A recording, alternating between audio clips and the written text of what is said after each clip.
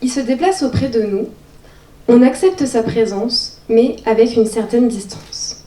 Il roucoule sur nos toits. Il ne manque pas de manger nos miettes de pains égarés. Il défèque sur les monuments et parfois même sur nos têtes. Vous avez deviné de qui je parle? Celui qu'on ne voit pas ou alors celui que l'on voit en trop grand nombre. Celui qui se fond dans le décor urbain ou au contraire qui l'envahit. Celui qu'on nourrit par sympathie ou que l'on tue par peur. Celui qui subit et dépend de notre compassion ou de notre aversion. Ce soir, je me tiens devant vous pour vous parler d'un être trop souvent oublié dans les luttes de la défense animale. Contrairement à d'autres animaux, à lui, on lui reproche beaucoup de choses. Je cite, « Il fait caca partout, il pullule, il est sale, il fait du bruit, il est malade, il est moche, il est bête. » Je parle de Roucrou, le pigeon bisé, à qui sa robe grise est trop souvent couverte de sang. Au travers de cette plaidoirie, nous assistons au procès de Roucrou.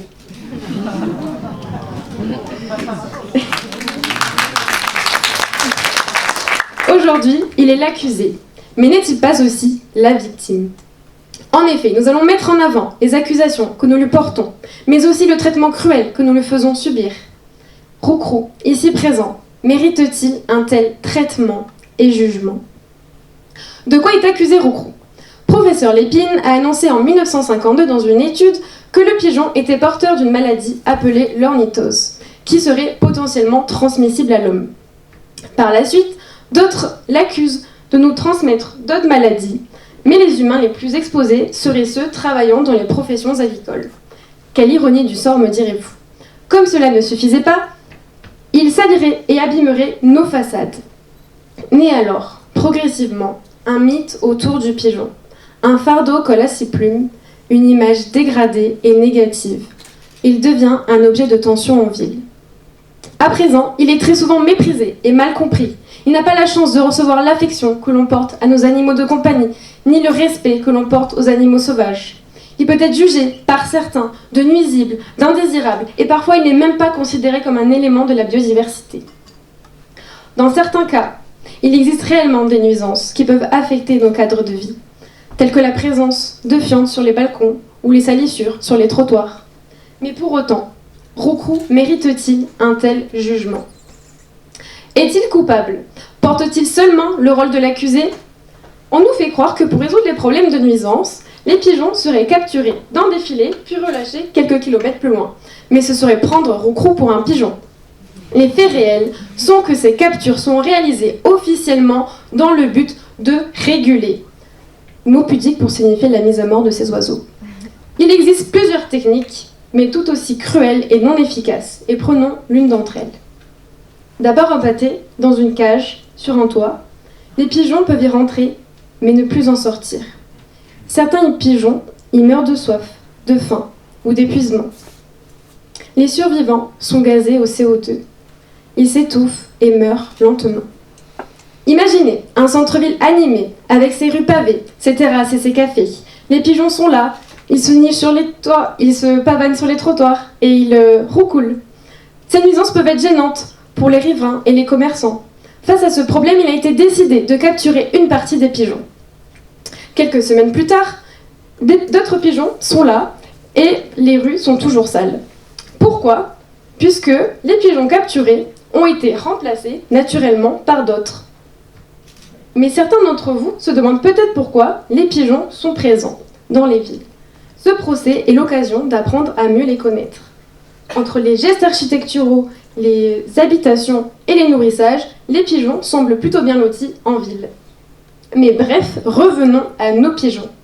De nombreuses villes, en quête d'une tranquillité, massacrent des dizaines de milliers de pigeons chaque année. Et certaines, plus lâches, refusent même de communiquer sur ce sujet. Et ces campagnes de dépigeonnage coûtent des dizaines de milliers d'euros. Un véritable abonnement à la mort.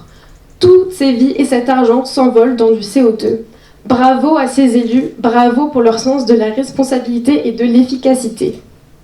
Roucrou mérite-t-il un tel traitement?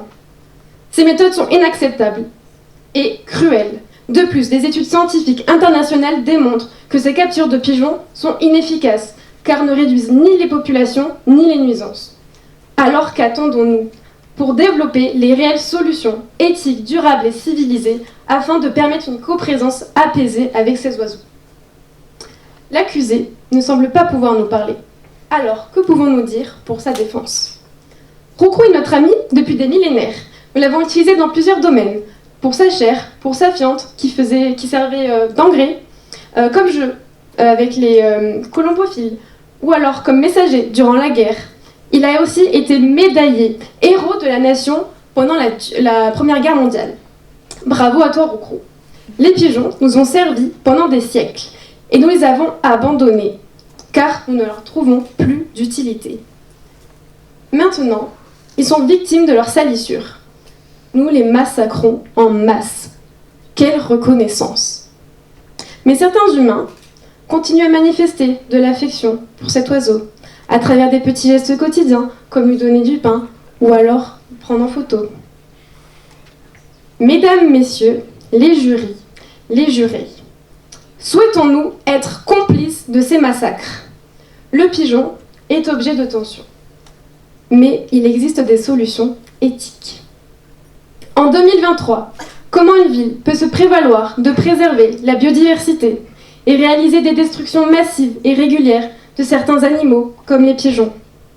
Ce soir, je m'adresse à vous et à toutes les villes, décideurs, élus, à tous ceux qui ont le pouvoir de changer la ville et de faire place autrement au roucrou.